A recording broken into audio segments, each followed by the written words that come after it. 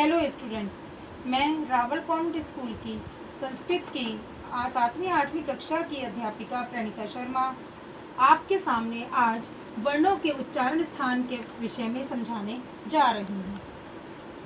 वर्णों का उच्चारण स्थान क्या है? वर्णों का उच्चारण स्थान कि जब हम वर्ण बोलते हैं तो वो मुख के अलग अलग हिस्सों से बोले जाते हैं, जैसे जीवा है, कंठ है, नासिका है।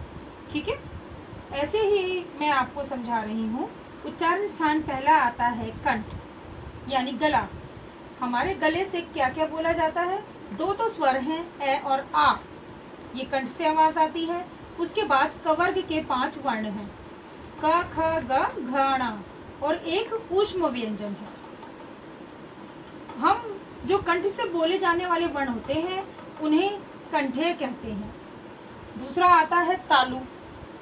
तालु में 2 स्वर, फिर चवर्ग च छ ज झ ण, या च छ ज झ ण, और एक अंतस्थ व्यंजन, एक ऊष्म व्यंजन।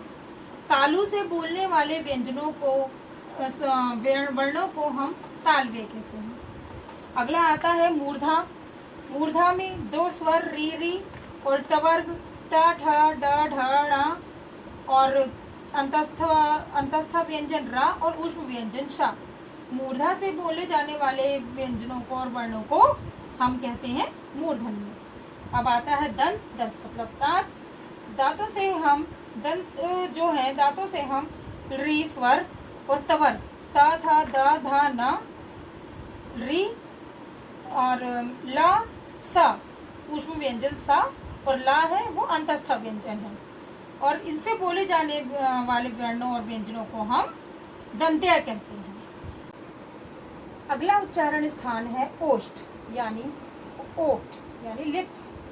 उससे हम कौन कौन से वर्ण बोले जाते हैं? ऊ और पवर्ग पा फा बा भा मा। ओष्ठ से बोले जाने वर्ण और व्यंजन ओष्ठ्य कहलाते हैं। अगला है कंठ तालु।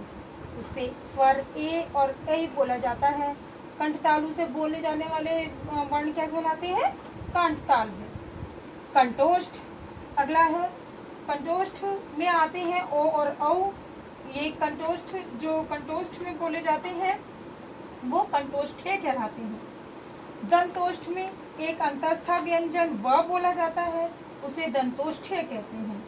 नासिका में ण ण न म, ये प्रत्येक वर्ग का पंचम वर्ण है। पंचम वर्ण को हम नासिक्य कहते हैं।